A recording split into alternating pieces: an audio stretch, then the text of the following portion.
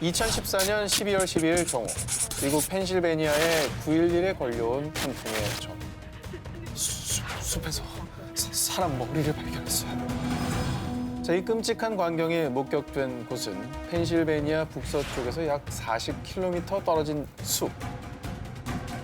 현장에서 발견된 머리를 본 경찰은 충격과 공포 그 자체였습니다.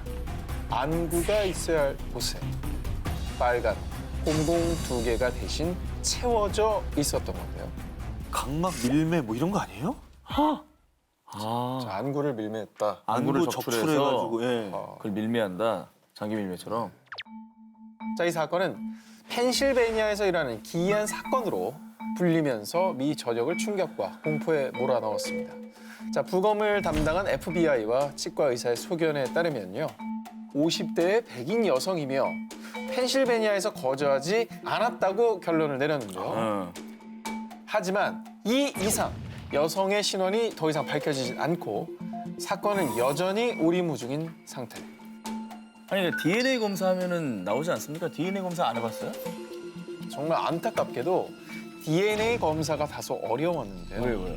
그 이유는 범인이 완전 범죄를 위해서 약품으로 머리에 방부 처리를 했기 때문입니다. 이 사람은 이거는 완전히 계획한 거네요. 완전 계획범죄죠 이거. 완전 나쁜 놈이네. 자, 그리고 수사 과정에서 밝혀진 또 하나의 단서. 미국의 저명한 병리학자 사이를 웨흐트의 엑스레이 결과인데요. 7개의 뼈로 이루어진 척추의 맨 윗부분인 경추가 좋게 사라져 있는 것이 보이죠? 경추가 없네요. 왜 사라졌어요? 청춘은 왜 사라진 거예요? 특히 목 부분의 깔끔한 절단면은 시체를 주로 다루는 직업군의 소행으로 일단 보인다고 합니다. 그럼에도 불구하고 그렇다면 처음에 발견된 대체 빨간 공은 왜? 빨간 공에 대한 의문은 풀리지 않는 상황이죠. 하지만 조금씩 희망이 보이는 건 3차원 스캐닝 기법을 통해 피해자의 얼굴을 복원하는 성공. 석고로 이 모형이 제작되어 공개가 저렇게 됐는데요. 자, 하루빨리 피해자의 신원과 사건의 진상이 밝혀져 이 극악무도한 범죄자가 꼭 법의 심판을 받길 기원합니다. 1994년 4월 23일 도쿄의 이노카시라 공원에서 한 청소부는 쓰레기통을 보고 기겁을 하고 만 쓰레기통에 버려진 비닐 봉지 속에 토막난 사람의 발목이 들어있었기 때문입니다. 경찰들은 곧바로 공원 전체의 쓰레기통을 샅샅이 수색했는데요. 그 결과 공원 내에 있는 7개의 쓰레기통에서 무려 27조각으로 토막난 사체를 발견. 하지만 이 27조각은 전체 시신의 3분의 1에 불과했습니다. 피해자의 머리와 몸통 일부는 아무리 찾아도 보이지 않았는데요. 아니 근데 일단은 너무 잔인하거든요. 이건 정말 원한 관계라고 볼 수밖에 없는데요. 네. 저렇게까지 할 필요가 있습니까? 자, 이토록 잔인하게 살해당한 피해자 일단 누구일까요? 네. 경찰은 피해자의 손발과 남아있는 지문 또 DNA를 통해 간신히 신원을 확인할 수 있었습니다. 자, 피해자는 바로 35세 1급 건축사 카와무라 세이치. 이 남자의 죽음을 둘러싼 풀리지 않는 의문점. 대체 누가 어떤 원한이 있어 이런 짓을 저질렀을까? 그리고 그의 사체가 너무나도 일정하게 약 20cm 길이로 토막나 있었는데 공원 쓰레기통 투입구의 크기와 꼭 맞게 잘린다는 점. 이게 미리 유기할 곳까지 다 계획을 해놨다는 거죠. 또한 사체의 혈액은 한 방울도 남김없이 완전히 빠진 상태. 게다가 가장 미스터리한 건 매일 수많은 사람이 오가는 공원에서 어떻게 그 어떤 목격자도 없이 시신을 이렇게 여러 곳의 쓰레기통에 유기할 수 있었던 것일까? 그런데 6개월 후 단서 하나를 찾게 됐는데 사건 당일 공원 근처 편의점에서 쓰레기 봉투를 구입한 남자 2명이 있었다는 겁니다.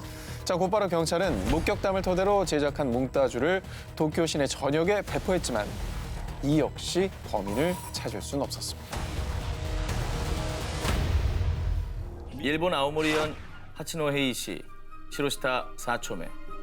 자신의 집에서 싸늘한 시체로 발견된 14살 소녀 미야코 와카나. 아이고. 26년 전의 그날로 거슬러 올라가 보겠습니다. 1993년 10월 27일 오후 6시 23분 미야코의 어머니가 퇴근 후 집에 돌아왔는데요. 그런데 그녀의 코끝에 스친 비릿한 피비린내. 다급히 방 안으로 들어갔습니다. 그런데 딸 미야코가 하의는 벗겨지고 왼쪽 가슴은 피로 흥건한 채 누워 있었습니다. 세상에. 대체 미야코에게 누가 이런 잔혹한 짓을 저지른 걸까요? 사망하기 전 미야코는 5시 40분쯤 하교 후 친구들과 헤어진 뒤 집까지 걸어간 시간을 생각하면 6시쯤 도착했을 거라고 합니다. 그리고 6시 20분쯤에 미야코가 살려달라는 소리와 함께 곧바로 유리창 깨지는 소리가 들렸다고 합니다. 자, 이거는 범행 직후에 이웃 주민들이 했던 증언입니다. 그 소리가 들린 뒤, 그러니까 3분 뒤에 미야코의 어머니가 귀가했습니다. 어허. 자, 그렇게 치면 이때 범인은 불과 5분도 안 돼서 순식간에 사라져버린 겁니다. 아니 이제 유리창이 깨지고 신랑이 있던 상황인데 5분도 안 돼서 그렇게 다 모든 범행을 하고 사라질 수가 있는 거예요? 이해가 안 가죠? 네. 미스테리한 점은 한두 가지가 아닙니다. 당시 신고를 받고 출동한 아오모리 경찰들은 발자국과 지문 등 외부의 침입 흔적을 전혀 찾지 못했고요. 게다가 그 어린 소녀를 잔혹하게 죽인 뒤 마치 자신을 잡아보라는 듯 범인은 결정적인 단서를 남기고 갔습니다. 바로 담배꽁초. 미야코가 죽은 방 옆방에서 범인이 피운 것으로 추정되는 담배꽁초 2개가 발견이 됐습니다. 설마 다른 가족이 피운 건 아니죠? 엄마요? 뭐 엄마라든지 뭐 오빠라든지 뭐 아빠라든지. 그러니까 뭐. 침입의 흔적이 없는 걸로 볼 때 내부의 소행으로 볼 수도 있다. 뭐 이렇게 생각할 수도 있는 거 아니겠어요? 조사 결과 미야코 가족은 모두 담배를 피우지 않는 것으로 확인. 이후 아오모리 경찰은 담배꽁초로 DNA 검사는 물론 무려 수사팀 12만 명을 동원해서 용의자로 추정되는 약 600여 명의 DNA를 일일이 대조해 봤는데 하지만 끝내 용의자 특정에는 실패하고 말았습니다. 일각에서는 엄마의 내연남의 짓이다 라는 추정도 있었지만요. 물증은 나오지 않은 채 2008년 10월 27일 공소시효를 넘기며 영원히 미제 사건으로 남게 됐다고 합니다. 아, 안타깝다. 2003년 9월 일본 26세 고가와 신야가 토막살해당하는 끔찍한 사건이 발생했습니다. 한 달 뒤 경찰이 지목한 용의자는 피해자의 지인인 29살 남성 가미야 소우. 경찰은 가미야가 피해자와 금전 문제로 갈등을 겪다가 피해자를 살해, 시신을 유기한 것으로 판단했습니다. 끔찍하네요. 들어도 저 범죄는 너무 끔찍해서 그냥 범인을 얼른 잡아서 또 벌을 줘야 되겠다 이런 생각밖에 들진 않아요. 그렇죠. 하지만 가미야는 이미 남아프리카 공화국으로 도주한 상태였습니다. 이에 일본은 남아공 경찰 측에 가미야에 대한 신병 인도를 요구했는데요. 그런데 사형 제도가 있는 일본에 그를 보낼 수는 없습니다. 사형 폐지국인 남아공에서는 송환을 거부. 그렇게 가미야는 남아공에서 취직도 하고 무려 17년이나 마음 편히 평범한 생활을 누렸습니다. 아니, 물론 사형 폐지에 대한 여러 가지 쟁점들이 있긴 하지만 네. 그것보다 더 중요한 거는 정당한 처벌과 피해자의 인권 아닌가요? 본인을 보호해준다고 착각하고 17년이나 발 뻗고 그냥 평범하게 살았다는 게 더 화가 나는데 지금? 그런데 말입니다. 17년이나 도피 아닌 도피 중이던 가미야가 2020년 8월 갑작스럽게 남아공 주재 일본 대사관에 스스로 출두, 자수했습니다. 에이?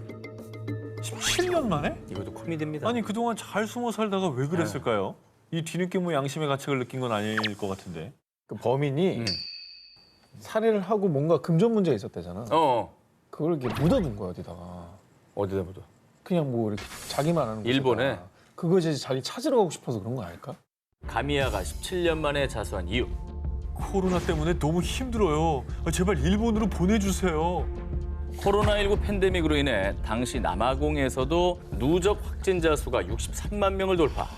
남아공 당국은 강력한 봉쇄령을 시행했는데요. 이에 남아공 경제가 얼어붙으며 일자리를 잃은 가미야. 게다가 넌 바이러스 덩어리야. 코로나 옮기지 말고 니네 나라로 꺼져. 코로나19에 대한 공포로 인해 급기야 아시안 혐오가 극에 달한 상황. 견디다 못한 그는 결국 17년 만에 자수. 2020년 9월 일본으로 송환됐습니다. 시설 자고 그 이게 뉘우쳐서 자수한 게 아니잖아요. 코로나 안 터졌으면 평생 거기서 살았겠죠. 아니 물론 뭐 아시아 혐오 범죄가 전 세계 곳곳에 일어나면서 저도 동양인으로서 분노하거든요. 그렇죠. 근데 저런 케이스만큼 받아주고 싶지가 않은데요. 뭐라고 말을 보태기도 꼴보기 죽겠다 진짜. 미국 노스캐롤라이나주에 사는 60대 여성 캐시 질크리스트에게는 가슴 아픈 출생의 비밀이 있는데요. 그녀는 사실 어린 시절 입양돼 친부모가 누구인지 모른 채 가슴 한켠에 그리움을 품고 살았습니다. 사실 입양된 가정에서도 당연히 뭐 사랑받고 잘 자라셨겠지만 이걸 또 안다면 내 친부모는 누구일까? 알고 어디서 싶죠. 뭐 할까? 무슨 사연이 있을까? 궁금한 그거를 참을 수 있는 사람이 있을까요? 인지상정이죠. 네. 캐시는 2017년 유전자 분석 회사를 통해 계보학자인 사촌을 찾게 됐고요. 오. 사촌을 통해서 60년 만에 어머. 친어머니와도 상봉을 했습니다. 다행이다.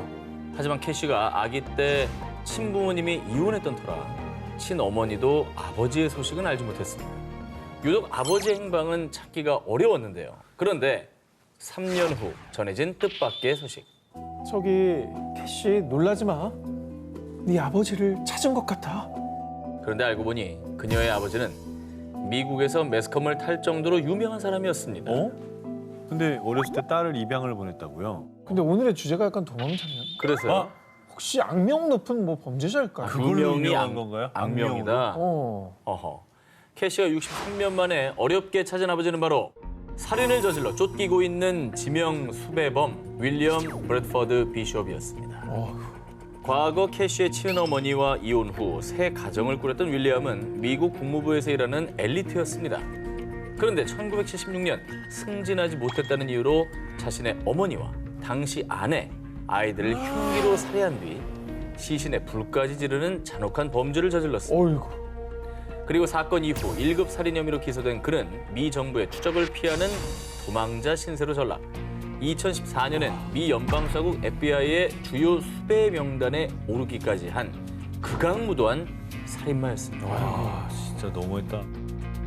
또 가족을 잔인하게 살해했다는 사실에 이게 어떻게 보면 나일 수도 있겠다는 날 수도 있, 그러니까 그 생각을 했을 것 하셨을 같아. 거 아니에요. 얼마나 무서워요 그게. 너무 슬프다 이거. 지난해 2월 프랑스 최고 권위를 자랑하는 일명 프랑스의 오스카 세자르 영화제 시상식이 열렸는데요. 그런데 감독상 수상자가 발표되자 이건 영화계 수치예요. 여우 주연상 후보였던 배우 아델 에넬이 자리를 박차고 일어났고요. 우와. 사회자였던 희극 배우 플로렌스 포레스티마저 무대 뒤로 퇴장하는 소동이 벌어졌습니다. 감독상 수상에도 불구 찬사보다 국제적 비난을 받은 이 문제의 감독은 바로 영화 차이나타운, 피아니스트 등의 화제작을 연출한 감독 로만 폴란스키였습니다. 되게 유명한 사람 아니에요? 뭐 영화 좋아하는 분들은 한 번쯤 들어봤을 감독이고. 피아니스트. 예. 와. 아니 근데 왜 이렇게 비난을 받아요? 뭐 잘못됐나? 때는 1977년 미국의 로스앤젤레스. 로만은 당시 13살이었던 배우 지망생 서멘사 가이머에게 연락했습니다. 나 로만이야. 이번에 영화 준비 중인데 오디션 보러 올래? 꿈 많은 어린 소녀 서멘사를 만난 로만은 겨우 13살이었던 소녀에게 마약을 탄 술을 먹인 후 성폭행. 아이, 너무도 끔찍한 짓을 저지르고 말았는데요. 마약에 술에 성폭행 세 개 다 완전 최악이네요. 아이, 저항을 이게 못하게 해버린 거죠. 미성년을. 범죄 대상이 13살 어린아이입니다. 이게 너무 끔찍한 짓 아닙니까, 진짜? 와, 근데 그 영화 하고 싶어하는 그 꿈을 가진 소녀한테 어떻게 저런 짓을 하지? 그래서 지위를 이용한 성폭행인 거죠, 이거. 그러네. 그런데 말입니다. 로마는 이 사건으로 재판을 기다리던 중 프랑스 파리로 도주, 그리고 40년 넘게 법의 심판을 외면한 채 영화를 연출하며 작품 활동을 이어왔던 겁니다. 아니 프랑스 뭐 인터폴 같은 거 안 하나? 프랑스가 미국과 범죄인 인도 조약을 체결하지 않은 국가입니다. 로마는 이 점을 노리고 프랑스 국적을 취득했고요. 그래서 미국으로 송환되지 않고 프랑스에서 계속 작품 활동을 할 수 있었습니다. 그런 가운데 Roman Polanski pour J'accuse. 지난해 로만이 세자르상 감독상을 수상하자 왜 하필 강간범에게 상을 주냐, 그는 상을 받을 자격이 없다라며 많은 영화인들의 공분을 샀던 건데요. 결국에는 법적인 처벌이 제대로 이루어지지 않으니까 반성도 하지 않고 계속 범행을 저지른 거 아니겠습니까? 이렇게 좀 일벌백계를 해서 사례를 좀 보여줘야 될 텐데 아무리 저렇게 유명 감독이고 뭐 유명한 사람이고 그래도 죗값은 치러줘야죠. 40년 넘게 도주 중인 성범죄자 로만 폴란스키 감독. 과연 언제쯤 그의 도주 생활이 막을 내릴 수 있을까요?